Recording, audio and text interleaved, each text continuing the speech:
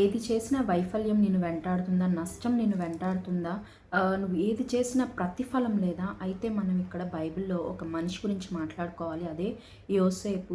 యాకోబు కుమారుడైన యోసేపు గురించి మనం మాట్లాడుకున్నప్పుడు, ఆయన ఎప్పుడైతే ఐగుప్తునకు అమ్మివేయబడ్డాడో, పోతిఫర్ చేతిలో పడ్డాడో, అప్పటి నుంచి దేవుడు అతనికి సమృద్ధి, అతను చేసిన ప్రతి దాంట్లో సఫలత ఇస్తున్నాడంట. మనకి బైబిల్‌లో ఆయన ఎక్కడెక్కడ పనిచేశాడు, ఎక్కడ ఉన్నాడు, ఎవరి దయలో ఉన్నాడు, ఎంత సఫలత చూశాడనేది మనం చూస్తూ ఉంటాం. మొదట పోతీఫర్ చేతికి అప్పగించబడినప్పుడు ఆయన తన ఇల్లంతటి మీద అధికారిగా యోసేపుని పెట్టాడు. మరి అంతగా దేవుడు అతనికి తోడై ఉండి అతని చేతి పనులను దీవించి వచ్చాడు. మరి ఎప్పుడైతే రాంగ్ పర్సిక్యూషన్తో ఆయన జైలుకి వెళ్ళాడు. అక్కడ చెరసాల అధికారి యొక్క దయను ఆయన పొందుకొని అక్కడ కూడా నాయకత్వము ఆయన చేయగలిగాడు. అక్కడ కూడా దేవుడు అతనికి తోడై ఉన్నాడు. మరి ఆ తర్వాత ఫరో దగ్గరికి వచ్చినప్పుడు అక్కడ దేశం మీద ఆయన ఒక ప్రధానమంత్రిగా చేయబడ్డాడు. ఆయన చేయనంతే సఫలమైంది. అంటే కరువులో కూడా అనేకుల్ని పోషించేంత భాగ్యము దేవుడు యోసేపుకు అప్పగించాడు. ఆయన చేసిన ప్రతిదాన దేవుడు అతనికి తోడై ఉన్నాడు. అతను చేసిన ప్రతిదీ సఫలమైంది. అతని దేవుడు ఆశీర్వదించాడు. ఎందుకు ఇలా జరిగింది? యోసేపుని ఎందుకు దేవుడు అంతగా దృష్టించాడు?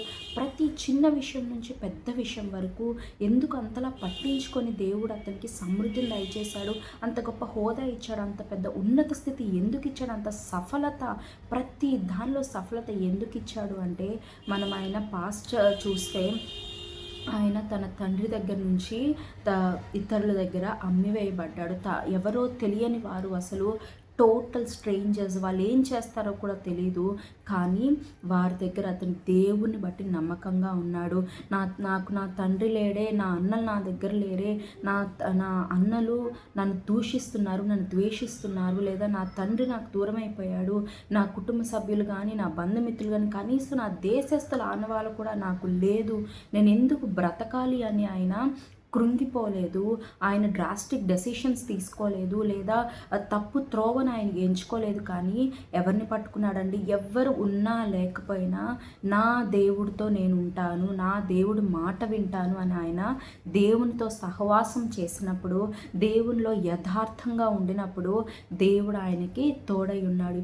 మరి మనం కూడా పలాని వారు ప్రేమించట్లేదని, పలాని వారు మాట్లాడట్లేదని, పలాని వారు మనల్ని పలకరించలేదని మనం ఎప్పుడు కూడా కృంగిపోకూడదు. మనం ఎప్పుడైతే దేవునికి మొదటి స్థానం ఇస్తామో, ఎవరు ఉన్నా లేకపోయినా, ఏది జరిగినా జరగకపోయినా దేవుడే నా తోడు ఉన్నాడు అని నీతి కలిగి, యథార్థత కలిగి మనం బ్రతుకుతామో, ఆయన కొరకు మనం జీవిస్తామో, ఆయనకు మహిమ తేవడానికి మనము పూనుకొని బ్రతుకుతామో, మనం చేసే ప్రతిదీ సఫలపడుతుంది.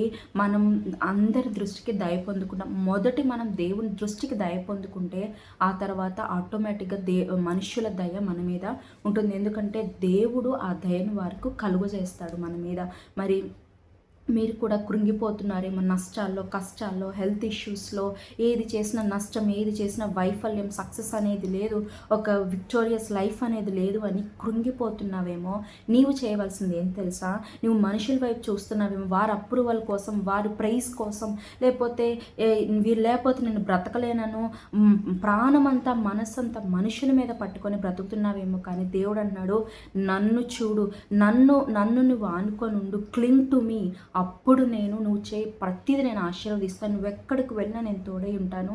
నేను అంచెలంచెలుగా దీవించి అనేక మందికి ఆశీర్వాదకరంగా చేస్తాను. కనుక నువ్వు నా వైపు చూడు, ఎక్కడ ఉన్న ఎడారిలో ఉన్న నన్ను మాత్రం పట్టుకో, నేను నిన్ను దీవిస్తానని దేవుడు చెప్తున్నాడు. కనుక పైకి నీకున్న కృంగుదల నుంచి పైకి లేచి దేవుని కోసం నడు, దేవుని మహిమ కొరకు నడు, దేవునితో జీవించు. దేవుడు నీకు చక్కటి ఆశీర్వాదం ఇస్తాడు. అనేక మంది కూడా దేవుడు నిన్ను ఆశీర్వాదకరంగా ఉంచి దీవిస్తాడు. ఆమేన్.